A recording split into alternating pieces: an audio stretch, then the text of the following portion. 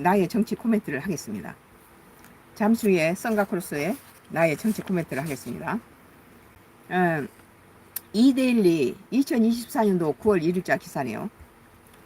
트럼프, 해리스, 김정은, 시진핑, 푸틴 상대하기에 역부족이라는 기사입니다. 해리스, 김정은은 독재자, 비유 맞추지 않아 발언에 능력 부족, 나는 김정은, 시진핑, 푸틴과 잘 지낼 것, 북핵 위협, 실질적 잘 지내는 것 현명한 일이라고 기사입니다. 미국 공화당 대통령 선거 후보인 도널드 트럼프 전 대통령이 카멀라 해리스 부통령에 대해 북한이나 중국, 러시아 등과 같은 권위주의 지도자들을 상대하기에는 역량이 부족하다고 폄하했습니다. 이 말도 일리가 있는 게 해리스가 뭐 김정일을 비유 맞춘다라는 표현은 그건 좀 여성적인 그런 부분에서 이런 말이 나올 수밖에 없죠. 그 말은 참 기분 나쁜 말 아니에요? 무슨 비유를 맞춥니까? 김정은을, 미국이라는 대국이 김정은을 비유 맞출 필요는 없죠. 만나고 싶지 않다라는 것을 표현은 몰라도 비유를 맞춘다는 게.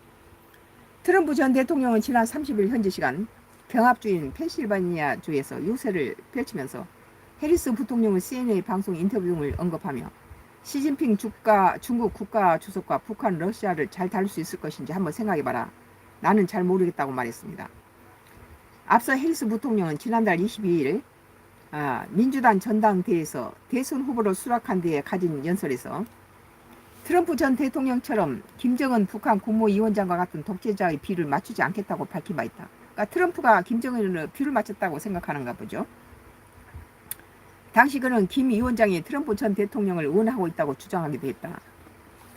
이어 트럼프 전 대통령은 해리스 부통령이 그렇게 말한 것은 상대할 수 있는 능력이 부족하기 때문이라며 나는 김 위원장과 잘 지낼 것이라고 했다.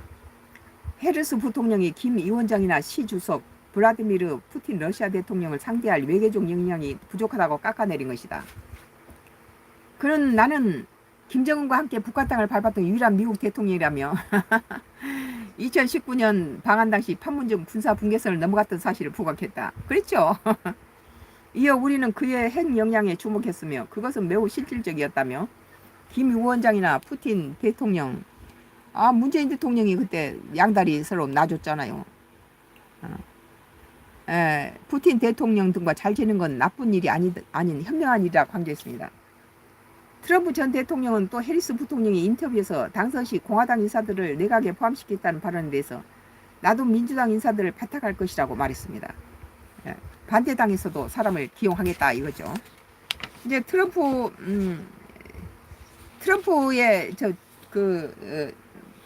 주장이나 이런 것들에서 나는 99% 나는 트럼프에 대해서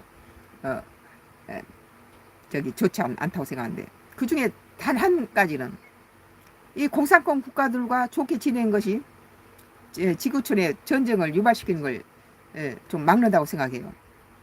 트럼프가 이게 푸틴하고도 친하고 김정은하고 이렇게 문재인 대통령이 전 대통령이 김정은하고 같이 우리 판문점에서 만나게 했잖아요. 그랬을 때 김정은하고도 좋은 관계였고 잊었을 때는 이 한반도에 전쟁 위험이 없었어요. 그리고 이제 바이든이 들어와서 바이든이 이렇게 미국의 지도자적인 트럼프가 그 미국을 위상을 굉장히 떨어뜨려 놨죠. 모든 데서 탈퇴해버리고 아주 부동산 업자라서 경제적인 것만 챙기고 미국 우선주의로 나갔자 미국 위상은 굉장히 떨어졌어요. 많이 멸실했죠 좀. 그런데 다시 바이든이 와서 세계의 질서를 좀 바로잡고 또 세계의 지도자적 미국의 위치를 다시 회복시켰는데 그 대신에 이제 다른 나라들한테 뭐 중국이나 러시아나 북한 뭐 가까이 하지 마 이런 식으로 되니까 우리는 남북이 이렇게 분단되기 전에는 우리는 중국이나 러시아나 다 사이좋게 잘 지내던 국가였어요. 경제적으로 서로 교류하면서. 그런데 이제 이런 민주주의 국가들과 하고 공산 체제 국가들을 등을 돌리고 뭐 서로 거리를 두고 이걸 원하는 바이든 정부의 정책에 우리나라 기업들이 가서 중국이라든지 러시아에다가 투자해 놓은 돈들 다 두고 나와야 되잖아요. 그런 것들이. 그리고 이제 그때 당시에는 트럼프가 집권하던 그 당시에는 우리가 인정해야 될 건 인정해야 되는 게, 그때 당시에는 전쟁이 없었어요. 푸틴이 무슨 트럼프의 정치자금 됐다 하는 소문이 날 정도로 트럼프하고 푸틴이 굉장히 사이가 좋았고, 그러니까 푸틴은 그때 당시에 국제사회에 나와서 어떤 중요 역할도 했으며 거기에서 무슨 남을 공격하고 그런 일 없었어요. 그리고 이제 김정은과도 관계가 좋았기 때문에 이 뭐 주한 미군과 우리나라의 무슨 그 연례적인 그런 행사에 있어도 북한이 그 격한 반응을 안 보였다는 거죠. 그게. 그렇다고 봤을 때 이 그 냉전 체제의 국가들과도 국제사회로 끌어내서 좋은 관계를 유지하는 것이 지구촌의 전쟁을 위험을 좀 줄인다고 개인적으로 봅니다. 그래 나의 이제 정치 코멘트는, 트럼프는 여성을 무시하는 경향이 있어요. 해리스가 바이든보다 트럼프에 대하여 강세를 보이고 있는데, 여성 폄하로 남성 우월성을 과시하는 유아적 구태의연한 사고방식에 트럼프 수준이 드러나고 있습니다. 영국의 대체 수상은 다른 국가의 남자 대통령보다 강하고 결단이 있어서 포클랜드를 공격하여서 철의 여인이라는 별명을 얻지 않았습니까? 해리스가 여자라서 푸틴과 김정은, 시진핑을 상대하기 어려울 것이라는 트럼프의 허약한 유치한 유아적 여성 간의 웃음이 나올 수밖에 없습니다.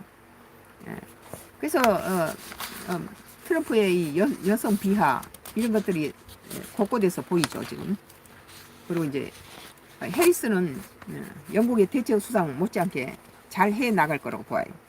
우리 한국 입장에서는 트럼프보다는 해리스가 돼야 유리하죠. 주한미군 철수라든지 뭐 주한미군 주둔비 인상이라든지 이런 것들이 우리나라에서는 골치 아픈 일이죠. 관세를 또 우리나라뿐만 아니라 중국은 더 심각해요. 60%를 관세를 매긴다니까. 그러면 국제사회에서 많은 경제적인 어려움이 오죠. 또 자기 나라에도 마찬가지예요. 관세를 갖다 60% 올려놓으면 값싼 중국산을 이용하던 그 미국의 서민층들이 어떻게 되겠습니까? 경제가 어려워지겠죠. 트럼프가 대통령이 된다면 세계 경제학자들이 지구촌의 경제가 많이 미국을 비롯한 모든 경제가 어려워질 것이다, 그렇게 내다보고 있죠. 오늘 이데일리 2024년도 9월 1일자 기사, 트럼프, 해리스, 김정은, 시진핑, 푸틴 상대하기에는 역부족이라는 기사에 대해서 나의 정치 코멘트를 했습니다.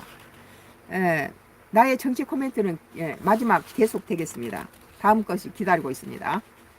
지금까지 많이 지금 봐주시고 있는데 계속해서 봐주시기 바랍니다. 아직 끝나지 않았어요.